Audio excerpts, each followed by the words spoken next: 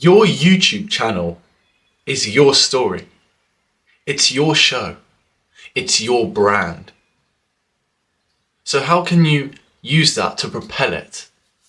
Well, you need to have a subject that you focus it around, and then you need to tell the story and give your passionate statements about it. With my YouTube channel, with my personal brand, I want people to know that it's all about overcoming the social difficulties with having autism.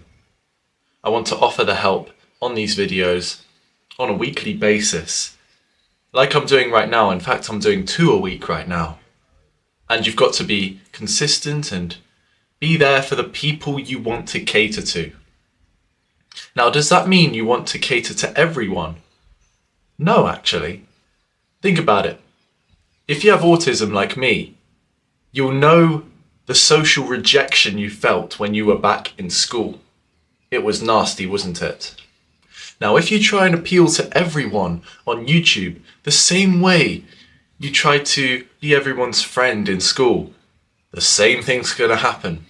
History repeats itself. And it doesn't matter that you're online. It's the same thing anyway. You'll see it so much in the cases of cyberbullying, or when an influencer loses their sphere of influence over their viewers because they make a mistake. They may get into a scandal. They may get allegations. Then it all goes downhill. And then you'll see the people in the comments kind of just say, "Oh, I never really liked them anyway. I'm gonna unfollow them now." That's what the majority of the public will do if you do something that they do not like, if you do not give them that comfort content. You would have seen it with a channel called Turkey Tom recently. He created a Twitch live stream clip channel where people would watch it daily and they were hooked. And when he stopped doing that, you saw the crowd just go, "Oh, I'm not getting my dopamine hits anymore. Where is he gone?" And we were like, he just moved on to make better content rather than dopamine hitting stream clips. And that's an example of how if you want to change what you do and you're a popular YouTuber, the people will generally dislike that. So in hindsight, you must think about the audience you want to attract. So who do I want to attract? I want to attract people with autism who had the same struggles as me. Ideally adults who want to expand their social skills and have a good social life. They're people I can relate to. People who maybe didn't have the learning support or the self-development journey when they were teenagers to help them become more socially adaptable.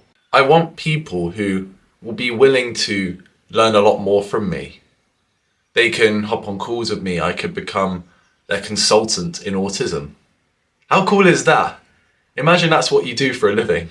And you want to achieve that by having a brand message. For example, with me, I would say, make your autism apparent no more. But secretly, you still use its benefits, the intellectual aspects of Asperger's syndrome or ADHD. Because ADHD people are smart at a few things that you would never know. They can be really good at influencing, for example. You'll see a lot of influencers have ADHD and they can use it to have a career and have fun. But my cup of tea with content is to host a more private group of people and help them overcome their difficulties. I don't want all that fame.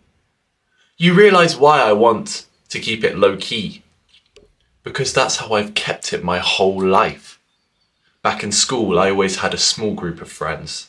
I did try to have a larger group, but it clearly didn't work out so well. No one was close to me, no one really cared, at least most of the people didn't. If I tried hanging out with a group of 30 people, only 1 or 2 of them were actually interested in checking up on me outside of that social situation. Go grassroots, go think of what happened back then. I hosted a group of 5 friends as my friendship group when I was 17. It didn't get any bigger than that. I used to see them a lot and I'm not even friends with them all now. I've only kept 3 of those friends past school, and that's honestly for the better. I have met new people who are more interested in what I do and my goals, who are supportive. And you want to reinforce that. You know, you are the average of the 5 people you spend the most time with. That means if 5 of them are social butterflies, you will become the 6th. And if 5 of them are global adventurers, you will also become the 6th. It applies to every subject and niche out there that they're interested in. And I figured it was better to surround myself with adventurers rather than schoolboys. And it's been for the better, including for my autism. It's helped me overcome my social difficulties a lot more, hanging out with people who don't have that kind of difficulty. But there are also some individuals within these groups that do have it, and therefore I can relate to them. Then we can grow together. That is the power of having good friends and influences around you. Now imagine that in your business. Those are the kinds of customers you want. Or you don't have to call them customers, you could just call them apprentices, friends, something a bit more intimate. You can change their lives. I believe that's the best personal brand that you can have in this day and age. I know people who have done it in psychology, in self-improvement. There are so many different spheres and niches you can cover with that. And I believe that's the way to go forward. You know, the digital age is full of opportunities, and I've got to take what I can. And I'm really excited for how that will turn out. Oh, and a last YouTube tip, if I'm entitled to do so, right? I only have 200 subscribers. You must stay consistent with the niche. Don't change it too much. This also applies to editing style a bit. I've kind of made my editing style a bit more long form, so with fewer cuts, not as much stimulation in terms of text and background music. And I'm just keeping it nice and simple because if you have better dopamine levels, which is better for engagement and education purposes, then you will learn a lot more from my content. So that's the kind of demographic I'm trying to reach here.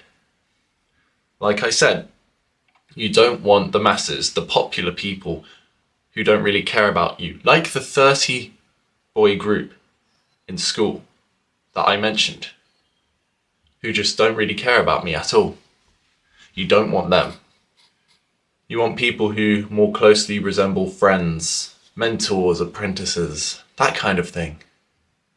And so you stay consistent with that niche, grow with them, change lives. I've made over 100 videos now. I know the importance of staying consistent in your upload schedule and niche subject. And that's what you really need to fit the pieces of the puzzle together to create a really good personal brand. And I hope to expand the sphere of autism with this YouTube channel and beyond. Thank you so much for listening. Share your advice in the comments with YouTube and what you think makes a good channel. Take care and see you in the next video.